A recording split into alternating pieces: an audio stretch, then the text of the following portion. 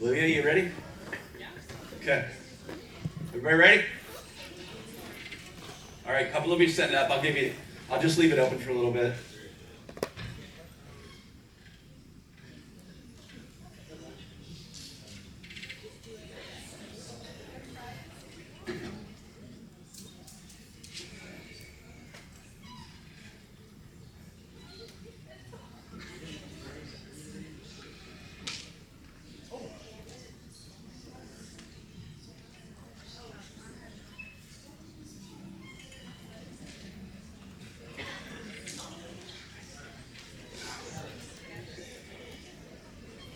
I'll add time to it since a couple of you are still setting up.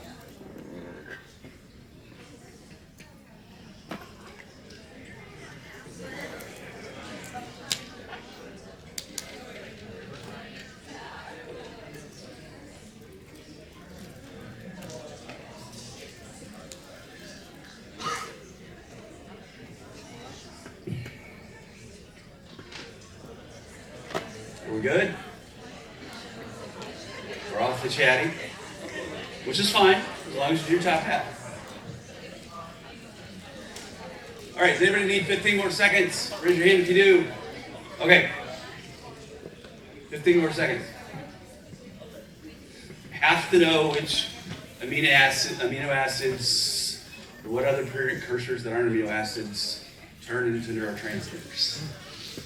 It's a big one for exam 2. Okay, we good? Okay. See what your responses are. Awesome. Great job.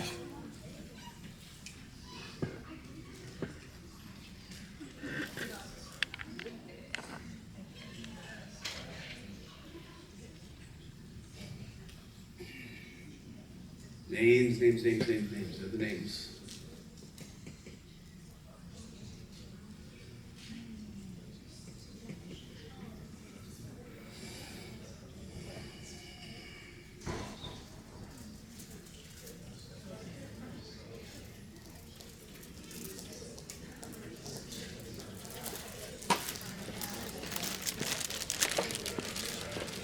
Thirty seconds.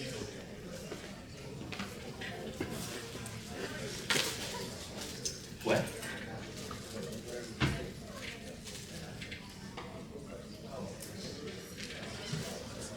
Oh.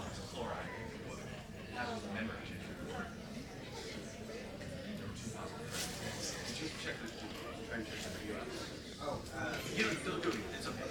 I really want to make sure it works. Okay. Yeah, good. I'll do that. Okay. Let's see how you did. Perfect. Absolutely. Good job. Again, I told you last week, or earlier this week, know those enzymes. Enzymes. So we're looking for something that manipulates a carboxyl group. Should be easy, because the enzyme has the name carboxyl in it.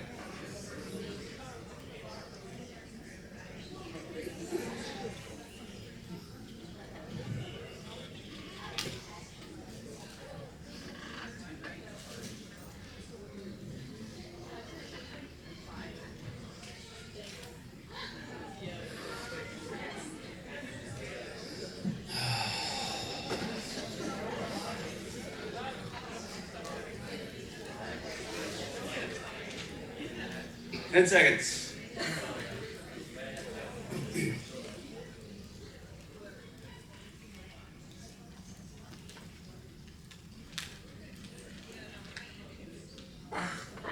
Okay.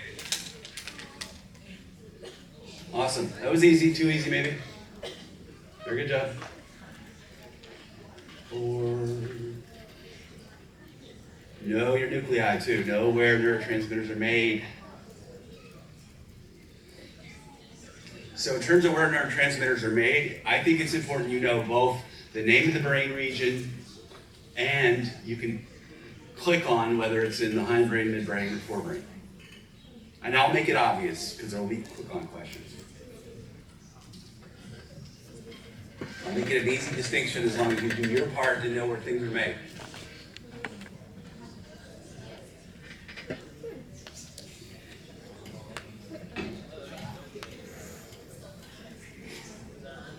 We haven't quite completed this slide yet, so we're going to start today. But again, no penalties.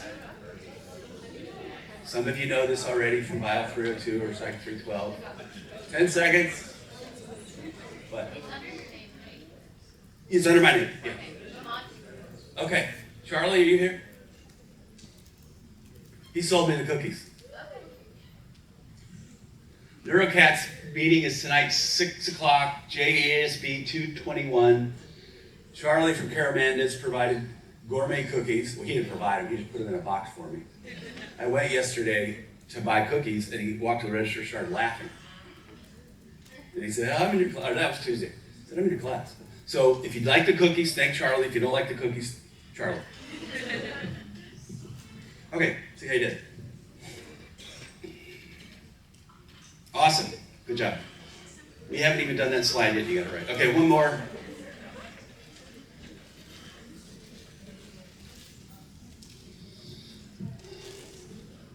Trick question.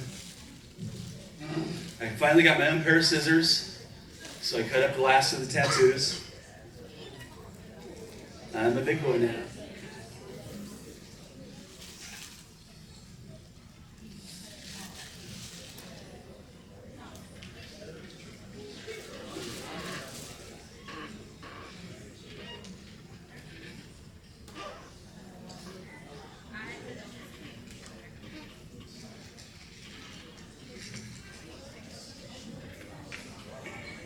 All right, 113 out of 128. Let's get it going. I'm not gonna stop. Is Haley complaining up there? I know, but I'm watching. I'm watching. 6 people to go in the classroom. On top hat.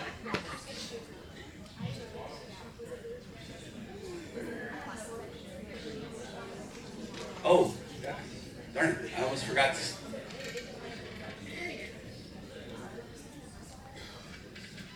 So I am recording all of my lectures on the my Zoom cloud.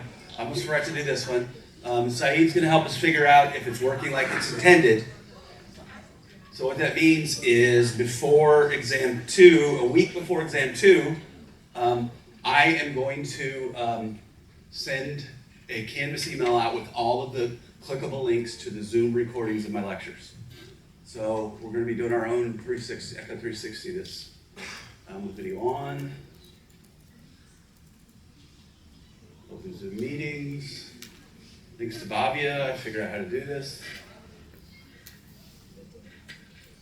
Or have I? I don't see video. That's not what I want. Webcam. Oh, there we go. Good. Okay, so you should have audio and everything. So, give me a second. Give me a second.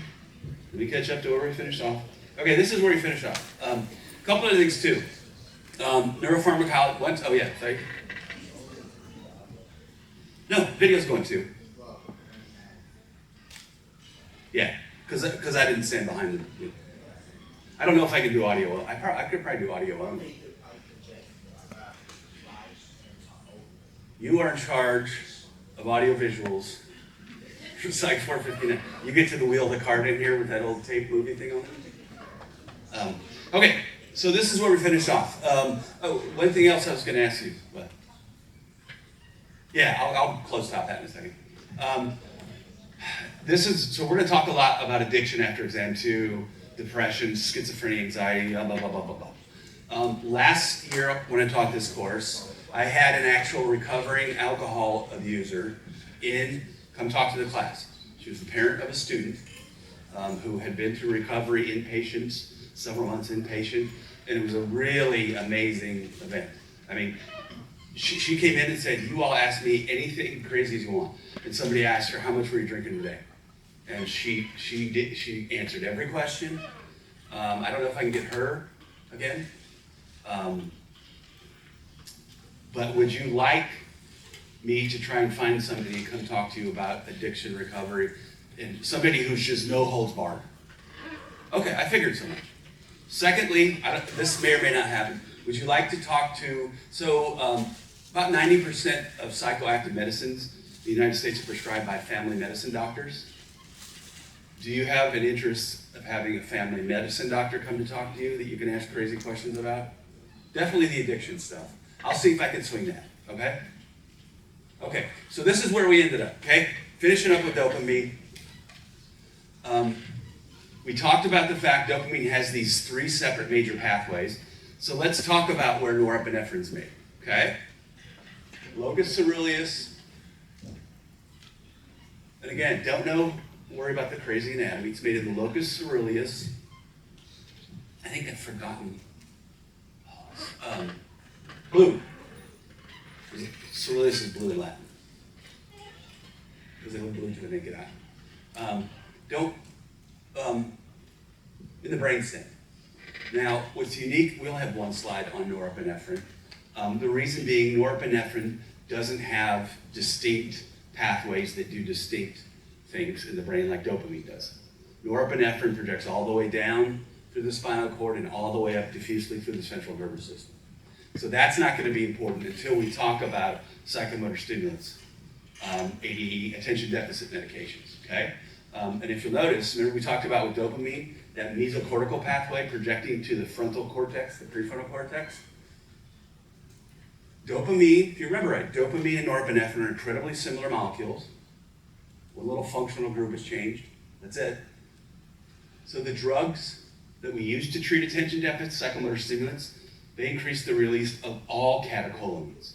So the attention improving effect is because of the mesocortical dopamine pathway and norepinephrine fibers going all the way from the brainstem up to the prefrontal cortex.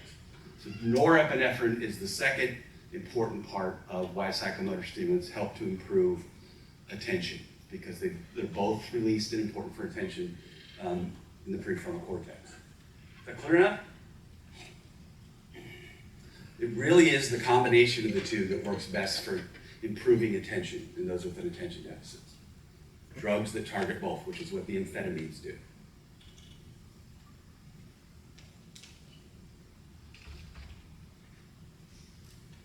Pretty much all the norepinephrine is produced in the central nervous system in the locus coeruleus.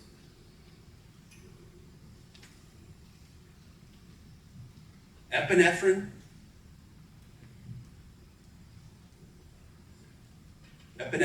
is methylated norepinephrine. I don't care that you know the structural part of that.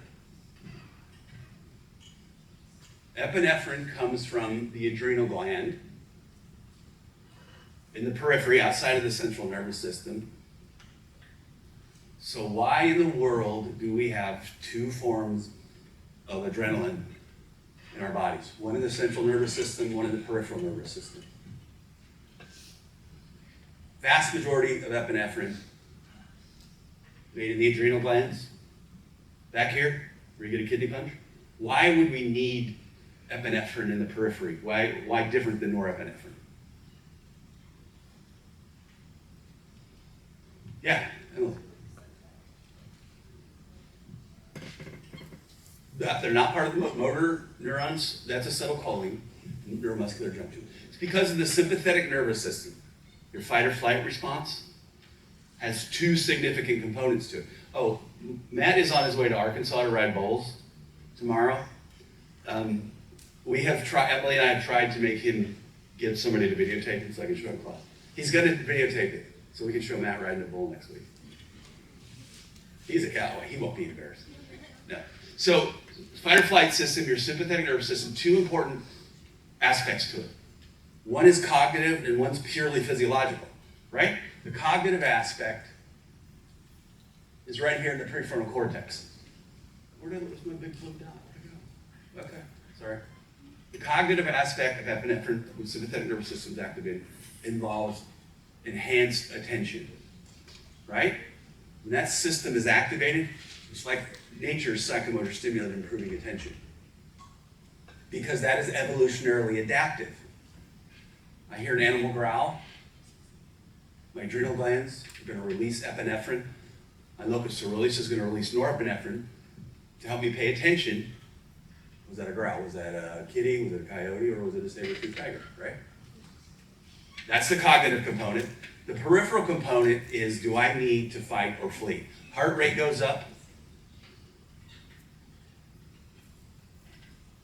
Small chambers in the lungs open up so you can absorb more oxygen for breathing. Respiration goes up. That's why we need epinephrine. Epinephrine is in charge of the peripheral nervous system's response to fight or flight stimuli. And epinephrine can't cross the blood-brain barrier. So we evolved to keep those two forms of epinephrine separate but equal in doing two different really important aspects of sympathetic nervous system activation. Yeah? It's both. It's a good question though. So Eliana said, is epinephrine why you do, we shake, right? You get really, really scared, really stressed.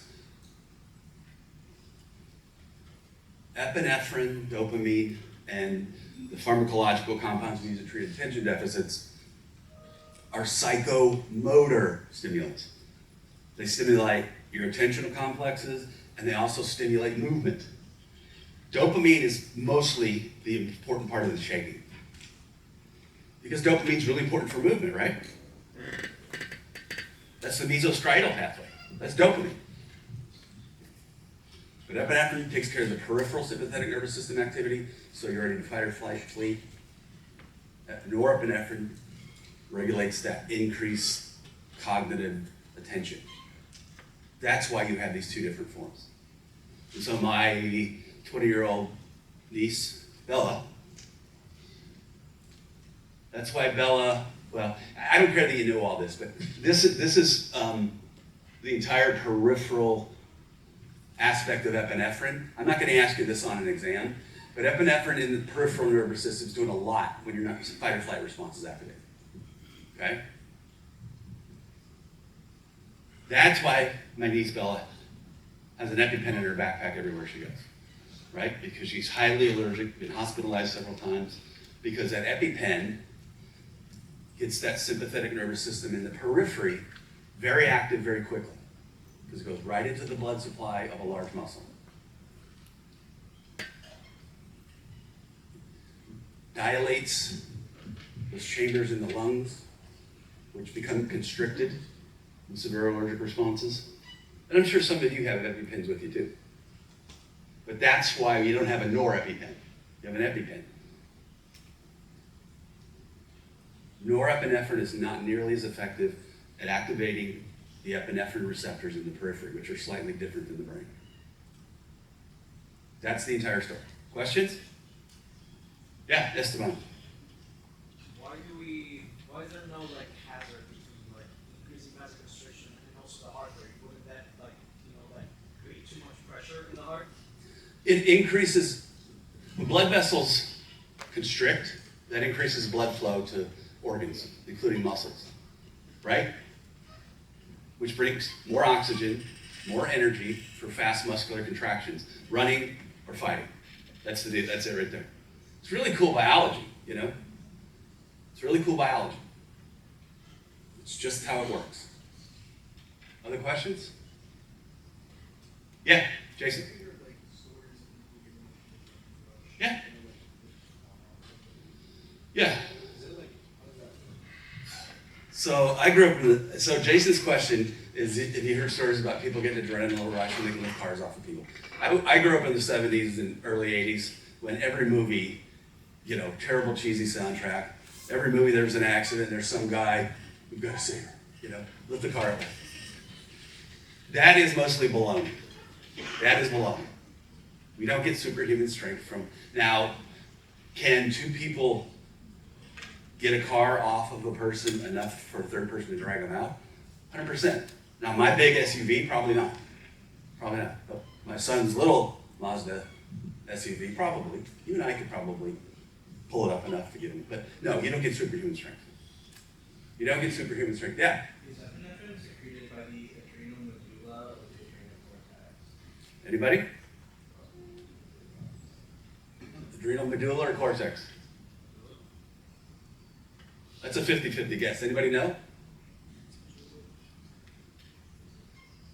Medulla. I don't care that you know that. All right.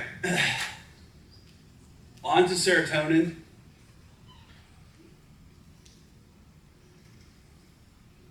Now we're gonna have some fun. The reason being, with every neurotransmitter system, and I should have done it with the catecholamines, I'm going to try to show you a clinical correlate of why knowing about the neurotransmitter system is important. So you're going to see some crazy wackadoo stuff today. Okay, this is just your guide for what to know for exam 2.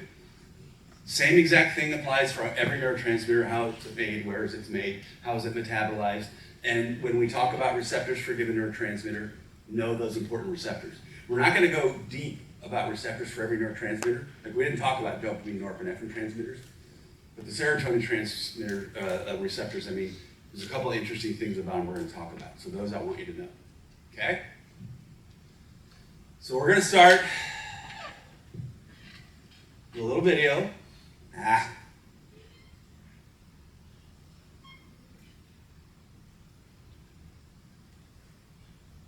Anybody ever seen this?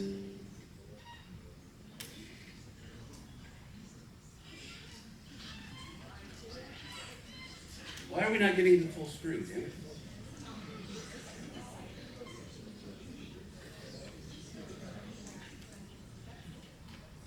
Give me 2 seconds. Bobby, why am I not going to full? I want to go to full screen.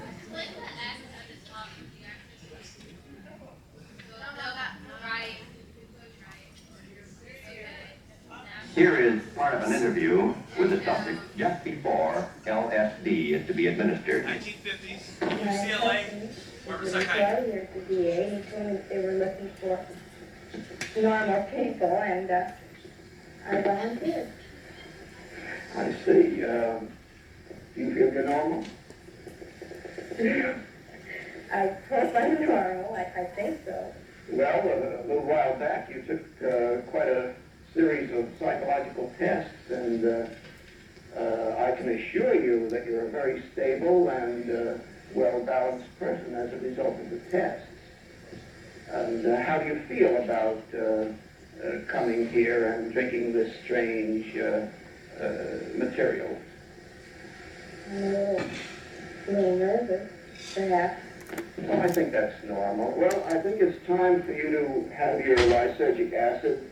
Drink That's a this down, psychiatrist, by the and way. we'll be back after a while Or and LSD. see how you're doing. This is a glass of water, colorless, tasteless. It contains 100 gamma of LSD-25, 1/10 of a milligram, the equivalent of 1/600th of a grain. An ounce of this material will make 150,000 such doses. Let us observe the effect some 3 hours later.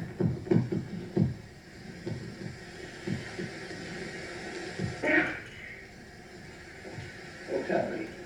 Well, I couldn't possibly tell you. It's here. Can't you feel it? This whole room, everything is in color, and I can feel the air. I can see it. I can see all the molecules.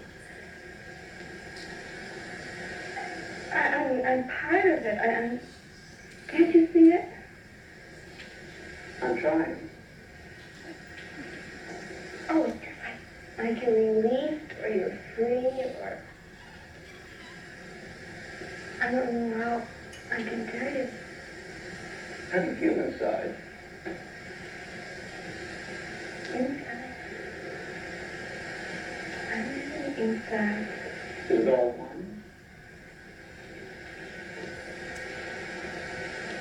It would be all one if you weren't here, and if nobody else. Did you catch that, Emily?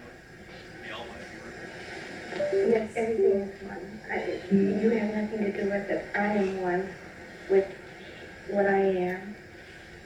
I can see everything in color. Everything. You have to see the air. You can't believe it. And the dimensions and all the prisms and the rays and everything coming down through you and moving. What does this all mean to you? I've never seen such infinite beauty. like a curtain, a spider web. Can you see it? It's right here in front of me, right now. Watch. No. Good heavens. You know what went through me? It passed right through. Could you feel it? Me? I wasn't any me.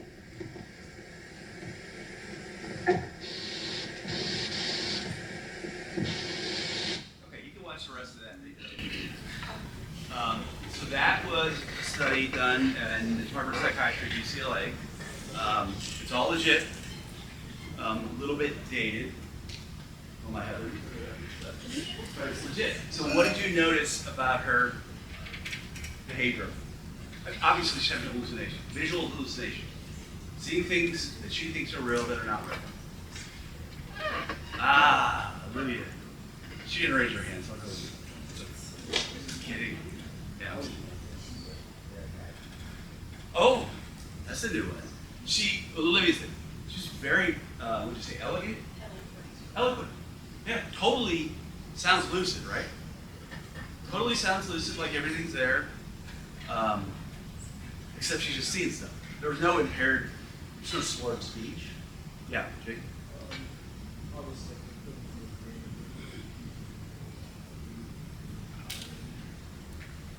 Oh, Sophia, then we'll go back to Sage. Yeah, she looked stressed towards the end. She looked really, really happy. That was good. There's a lot to unpack there. Obviously, we're talking about serotonin receptors. We'll get to those in a second. Yeah, everybody interprets hallucinogenic experiences different. Some are negative, right? She saw this wave of air that was multicolored coming towards her, getting close. She probably felt overwhelmed and went through it. So people experience it. I've never done hallucinogenic drugs. Not yet. Yeah. No. Not yet, man. No. Hallucinogenics are making their way into mainstream medication. Johns Hopkins University has an entire center that funds the study of hallucinogenic medications, psychiatric illnesses, depression in particular. We have a ketamine clinic here in Lexington. Ketamine, when we get there, you're going to find out, is this mild hallucinogenic drug. And as Said said, she looked really happy for a while, and then she got the way.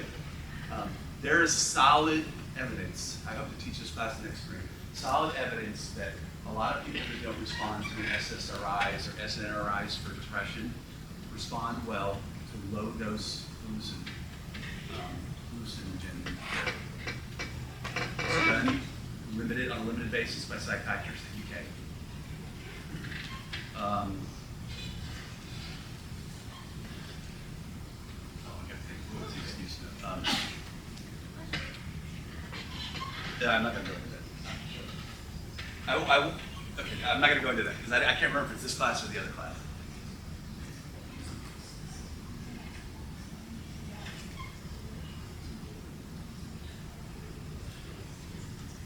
So the question is there any specific reason a person might react negatively to a hallucinogenic drug? There's no specific pharmacological reason. You know, depends on your life history, or are you do you jump out of are you a cliff diver and you parachute? Are you somebody sensation seeking? I would guess that person would be less intimidated by the altered perceptions. It's just very individual. Yeah. No, you're hallucinating. Sorry, my mic wasn't on. If you could hear that. Thank you again. So, what's interesting, so the LSD was created by a Swiss scientist named Albert Hofmann. You don't even know this, in 1938. It was synthesized, it's completely human-made. It wasn't made to be hallucinogen. This is how big pharmaceutical companies are. They want to fix a problem being in humans, some biomedical problem. They think they know what kind of general structure a molecule could be to help that. And then they make a billion versions of that, a couple hundred variants of the molecule. Then they put it into animals. Then if it works, it goes into higher animals. And then eventually, if it's really good and safe, it goes to humans. Yeah, Carter?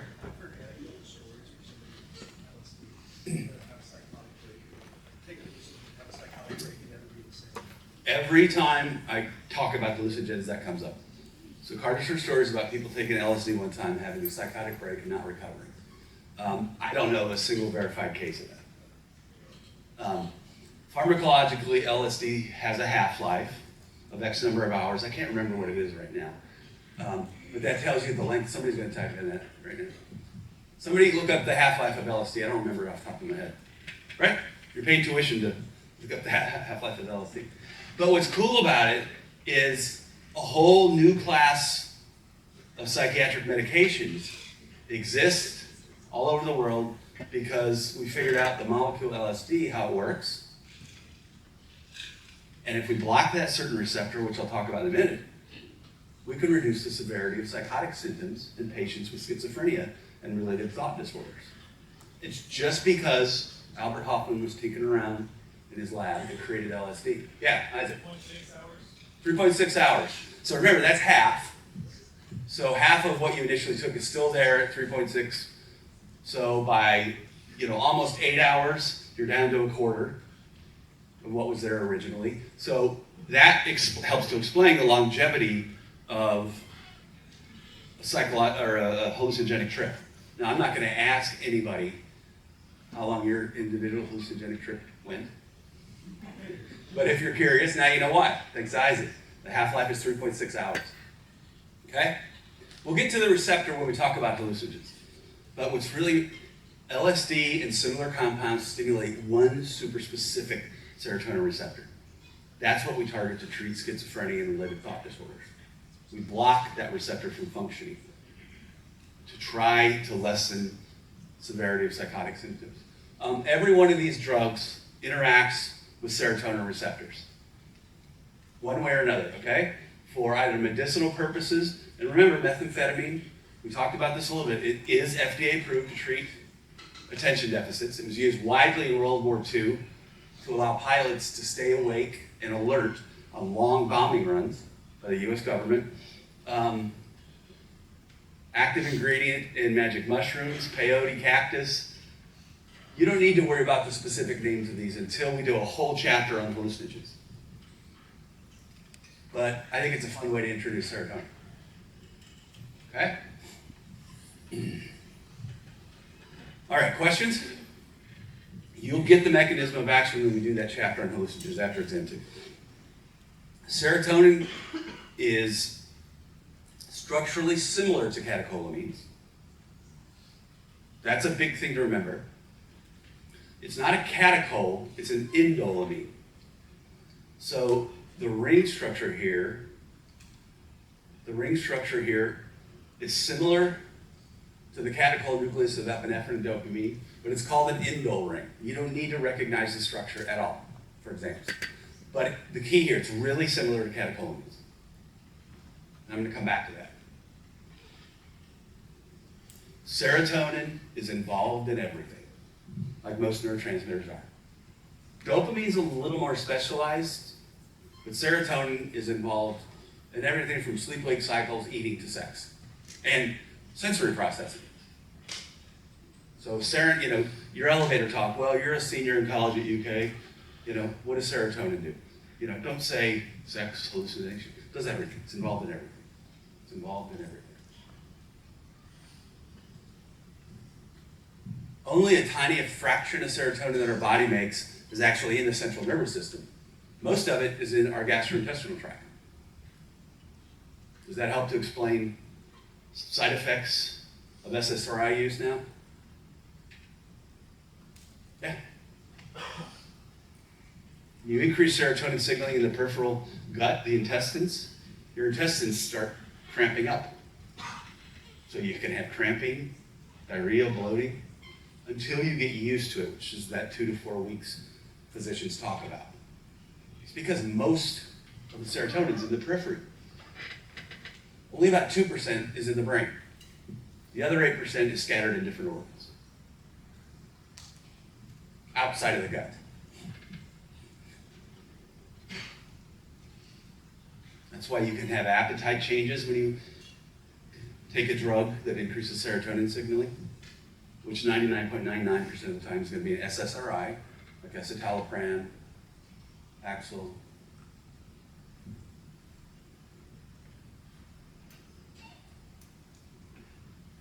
It's a really good old book that came out a long time ago. This is what my graduate mentor gave me as a gift when I got my PhD. It's called Listening to Prozac. If you like reading about science nerd stuff, it's really interesting reading. Listening to Prozac, which was the first SSRI.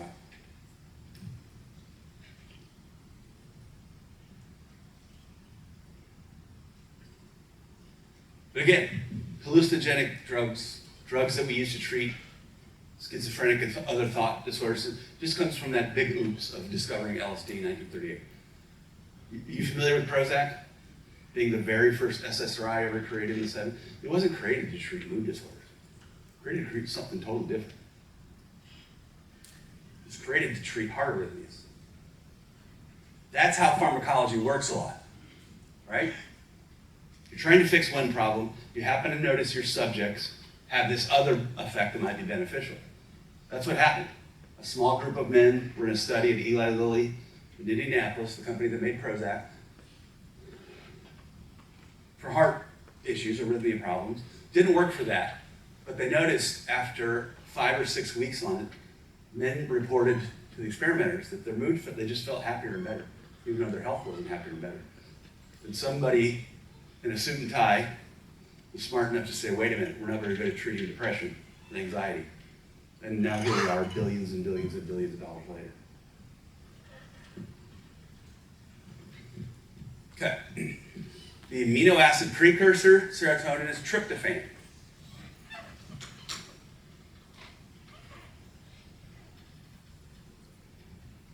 Tryptophan is an essential amino acid. What does that mean? Has to come from food. Our nervous system cannot make tryptophan. Everything on the right, you don't need to remember, those are non-essential, means we make those in our bodies. Tryptophan has to come from dietary sources. By the end of today, you're going to understand why your papaw sleeps on his lazy boy on Thanksgiving afternoon after lunch watching the Dallas Cowboys. Okay? It's all going to come back to that tryptophan load at the dinner table on Thanksgiving. And when you go home for Thanksgiving break, Papaw's wiped out on the lazy boy, you can tell the rest of the family it's not Papaw's fault. It's the tryptophan he ate. Okay? That's what we're going to go through now. Okay. Tryptophan, when it's consumed, gets into the peripheral blood supply, like everything. But it is not lipid soluble. It can't get across the blood-brain barrier easily. Very large molecule for an amino acid.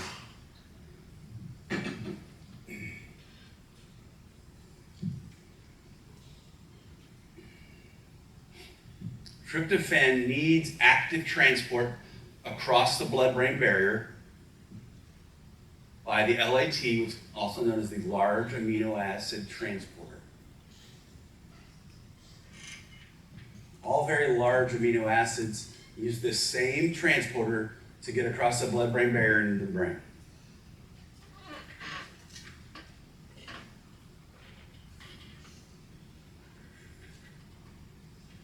So that means they're competing to get into the brain.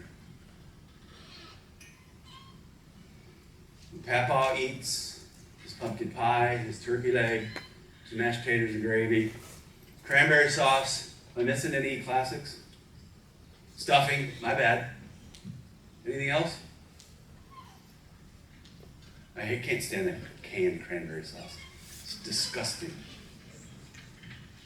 Papaw's consuming a lot of tryptophan in those types of thick, rich, meaty foods. So that means there's a lot more tryptophan to compete against phenylalanine and other amino acids to get into the blood-brain barrier. And here's how it works, okay? When we eat a lot of carbohydrates, which is sugars and starches, and insulin release gets triggered, okay?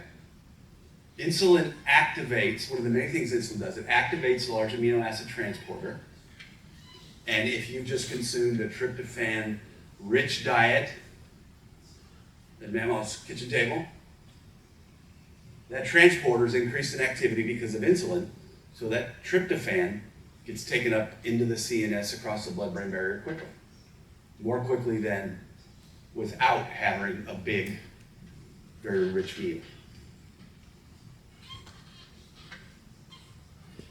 We'll go through how tryptophan gets turned into serotonin in a second. Some of that tryptophan doesn't stop at serotonin, gets made into melatonin. What is melatonin? Sleepy drug. Sleepy neurotransmitter. Melatonin released from the pineal gland helps you sleep. That's why Papa to sleep. For me, it was a burnt orange lazy boy. That was like my dad's pride and joy. But I mean, that was the 70s and 80s. It was disgusting. So some of that tryptophan goes one step further. After serotonin becomes melatonin, can cause some drowsiness. Okay? This is just a silly graph showing the large amino acid transporter. Okay? Extracellular, blood-brain barrier, the LAT helps tryptophan and other amino acids get into the brain. When you have a lot more tryptophan because of that big meal, you're making it easier for more tryptophan to get in there. Insulin overactivates the LAT, and you get a big tryptophan level. We'll go through the right side of this in a second. Questions?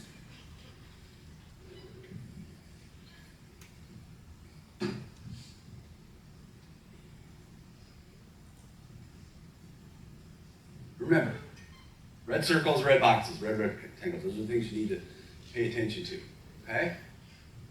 If I'm a neuron that makes serotonin or melatonin,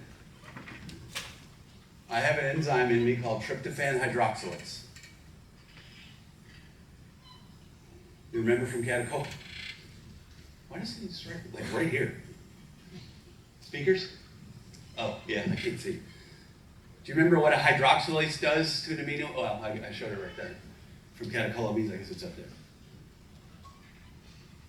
Adds a hydroxyl group. Adds a moiety right here.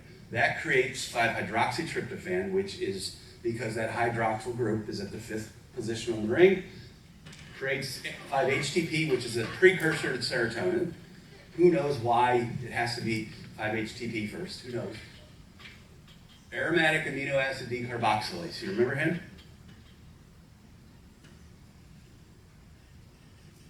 It's involved in catecholamine synthesis too.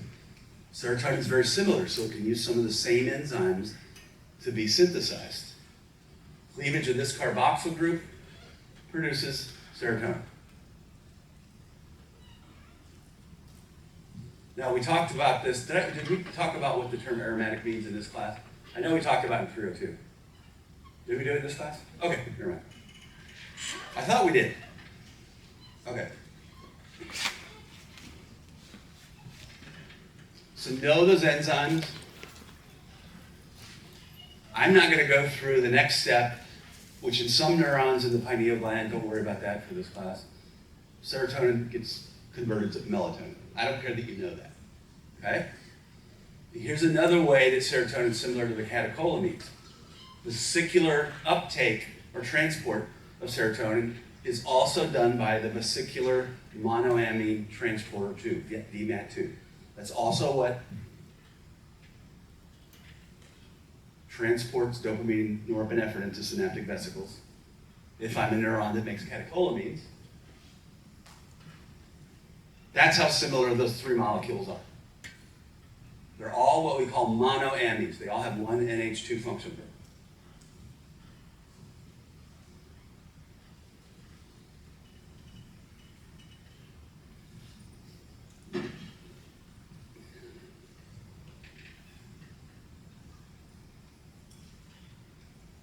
All right, I'm going to let you write a little bit.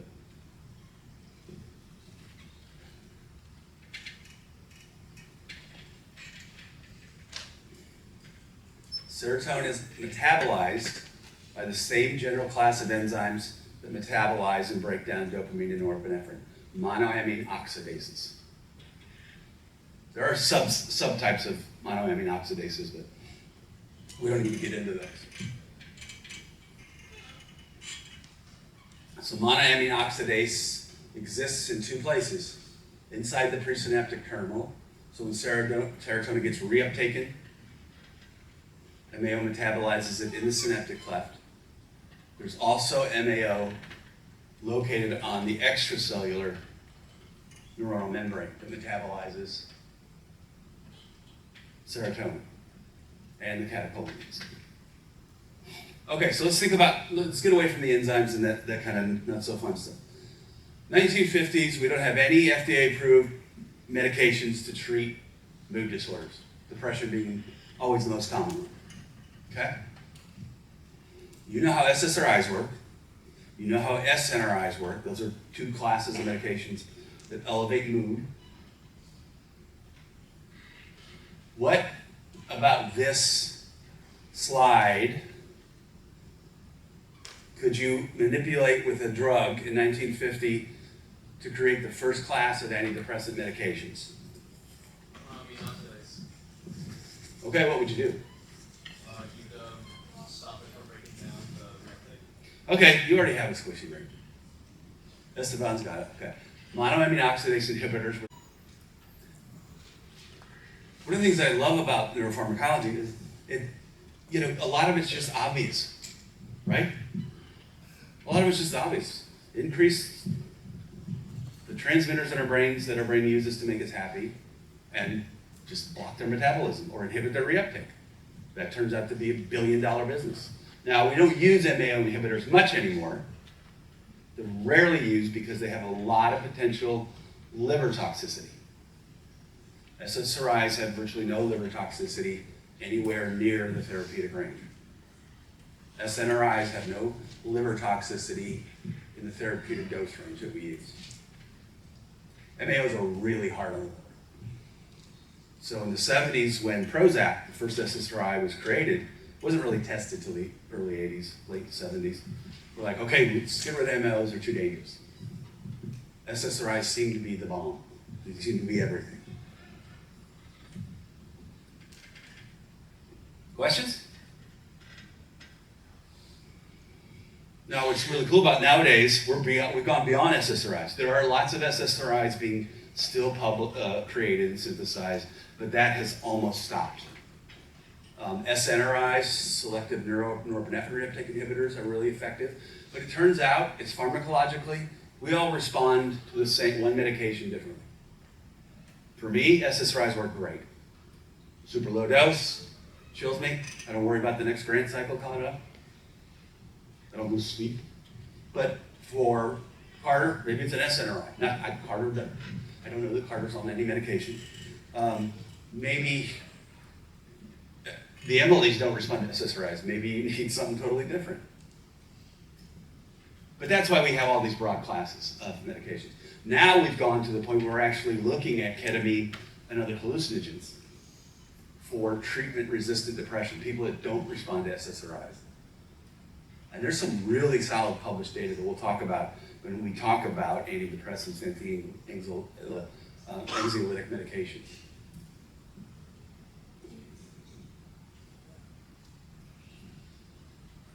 Again, again, you don't need to know neuroanatomy other than forebrain, midbrain, hindbrain. All of the serotonin nuclei, remember the name, Raphe? We went over that in this class, didn't we? I'm teaching almost the same material in the other class, Intro to Neuro, a little differently. This is a very drug-centered approach. Raphe nuclei, you don't need to know the anatomy. You've had that in Bio 302 or Psych 312 or something like that, okay?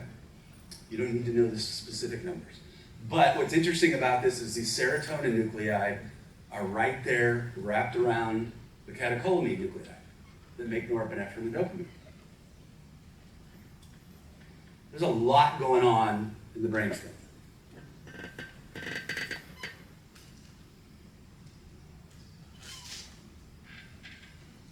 So you remember, as we go from the brainstem to the midbrain to the forebrain, we go from being much more similar to lower animals in terms of anatomy and chemistry to a little different to extremely different in the outer cortex. SSRIs work great in depressed mice. That's what I did my master's research, my master's thesis on. If you keep rats and mice away from living with their friends, because they're very social animals, they're very playful. One of my lab partners lived with a rat. The rat they love human contact. If you deprive them of social contact, they become depressed. They don't eat as much, they don't play as much. But if you give them an SSRI, they're happy rats. Because the basic biology is so similar.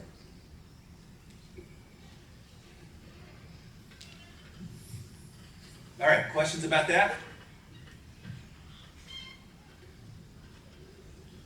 Serotonin itself is mostly inhibitory, not 100%. It's primarily an inhibitory neurotransmitter. There are some excitatory nuclei that serotonin activates. This is just a picture showing the red dots with the raphe nuclei, runs right down the middle, splitting the left and right sides of the brainstem and the lower brain. That's why they were called raphe. See? This stuff, you can wait silver.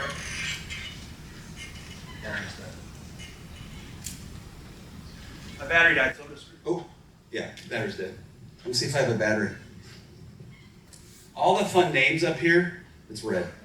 All the fun names up here you get to learn in med school, grad school, PA school, wherever you go. Okay? I had to learn them all, so you're going to have to learn them all. There's supposed to be spare batteries. I don't see these spare batteries. I'm dead again. Okay, I don't have any spare batteries. This has a microphone, though. Yeah. There's supposed to be spare batteries in every classroom. It's a rechargeable battery. I don't have one. Can you hear her in the back? I'm very loud anyway, okay? This is just a summary slide, okay? We don't really need to go through it. We're going to talk about the autoreceptor in a second.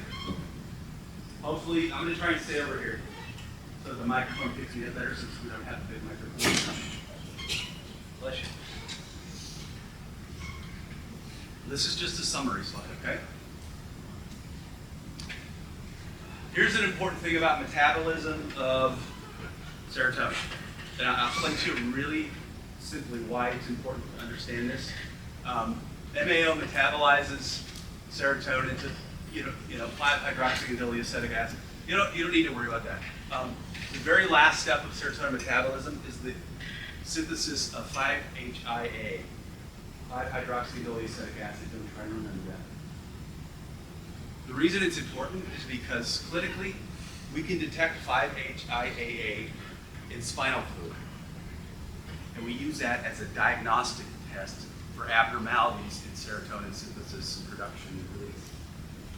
It was initially used to prove the serotonin hypothesis that people with low levels of cerebrospinal fluid 5-HIAA were more likely to be depressed. And that fit with the we've discovered Prozac in Indianapolis and Eli Lilly, made this group of men who have heart arrhythmias happy. So the serotonin story goes back really, really far, and it's really complex, but it's pretty well documented. I don't know. If you get a question on a 5-HIAA, it might be one multiple guess question. Not a major concept, but it's really clinically relevant to know this. A lot of you are pre-med, pre-PA, pre-this, that, or the other. That's why we need to know about synthesis. That's why we need to know how hallucinogens work, because that helps us understand clinical phenomena.